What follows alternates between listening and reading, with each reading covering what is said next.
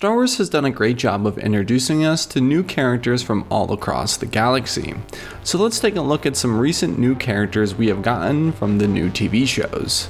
Starting off with the Andor series, and I think we are all a fan of Luthen Rael. The rebellion leader Luthen is overall shrouded in mystery. We know just about nothing about this character, besides he is the one who recruited Andor into the rebellion.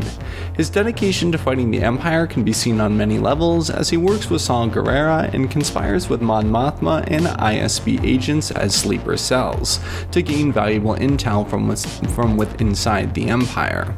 He also put the Aldhani Credits Heist team together to continue funding the rebellion, and he also lives on Coruscant in his antiquity shop as it operates as a front for his operations. Luthen has also showed us that he can put up a fight in his modified Fondor Hullcraft, taking down Imperial ships single-handedly in one of the best starfighter scenes in recent Star Wars. Putting this all together, Luthen is one of the best new characters introduced inside of the Star Wars universe.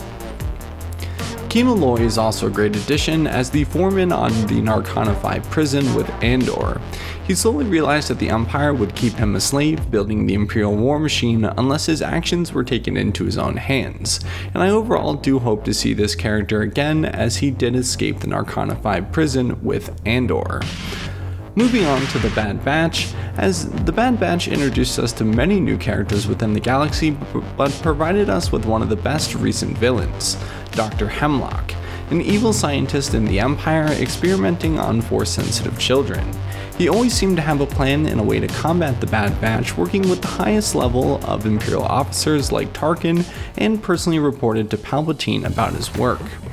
Hemlock, without a doubt, is a great villain up against the Bad Batch, with his calculating moves and manipulation made the show great, and his character also introduced us to a number of new planets and lore within the galaxy and within the Empire. More or less, the Bad Batch TV show was about the Bad Batch's survival and unraveling Dr. Hemlock's conspiracy.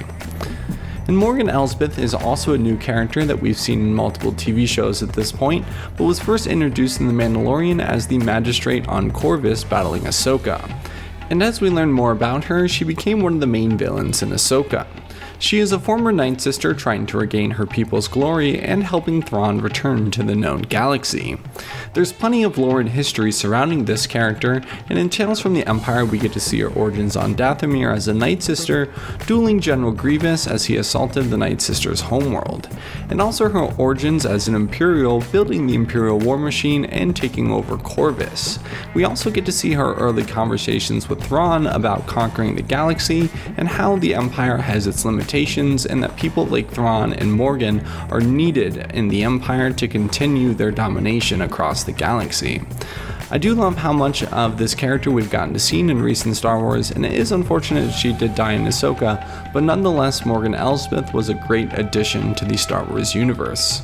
She also hired Baylan Skoll as a mercenary, and he is by far one of the best new characters we've also gotten in Ahsoka, as the former Jedi who survived Order 66 and the fall of the Empire is now seeking his own claim to the galaxy, with Morgan Elsbeth and Thrawn.